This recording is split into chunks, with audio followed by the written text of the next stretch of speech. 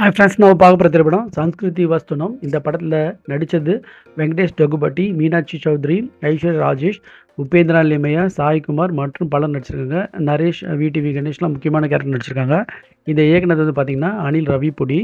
So இந்த படத்தோட கதைக்கு போயிடலாம் வாங்க. ஸோ இதை இயக்குனது வந்து அனில் ரவிபுடி, ப்ரொடியூசர் வந்து தில்ராஜு. இவர் வந்து கேம் சேஞ்சரும் இவர் ப்ரொடியூஸ் பண்ணவர். ஸோ எல்லா படத்தை விட இந்த படம் காமெடியாக இருந்துச்சு. ஆக்ஷன் பேக்கடும் வந்து தேவையான அளவுக்கு இருந்துச்சு. ஸோ இந்த படத்தோட கதைக்கு போயிடலாம்.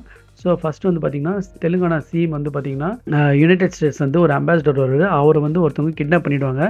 இப்போ இந்த கேஷவ வந்து நரேஷ், அவர் சீஃப் மினிஸ்டர் வந்து மீனாட்சி சௌத்ரி வந்து அசைன் பண்ணுவார்.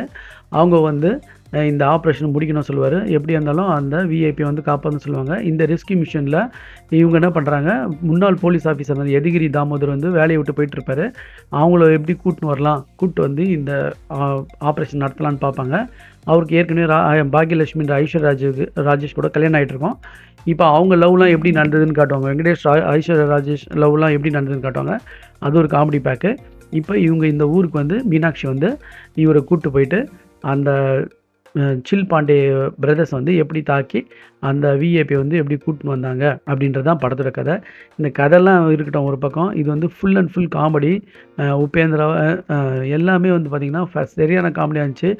உபேந்திரா வந்து இது லிங்க் ஆகிறது, அவரோட காமெடி நல்லா இருந்துச்சு. விடிவி கணேஷோட காமெடி நல்லா இருந்துச்சு. நரேஷோட வேர்ட் டெலிவரி பயங்கர காமெடியாக இருந்துச்சு. வெங்கடேஷோட டெலிவரி காமெடியாக இருந்துச்சு. இவங்களோட முன்னாள் காதலும் இவரோட கல்யாண ரிலேஷன்ஷிப்பு எல்லாமே ஃபுல் காமெடியாக இருந்துச்சு. ஸோ இது காமெடி கேரண்டி. ஸோ நல்லா ஃபஸ்ட் ஹாஃபும் செகண்ட் ஹாஃப் நல்லா இருந்துச்சு.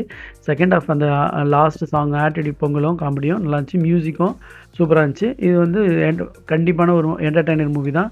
ஸோ நீங்கள் பார்க்குறவங்க பார்த்து என்ஜாய் பண்ணுங்கள். Thanks friends.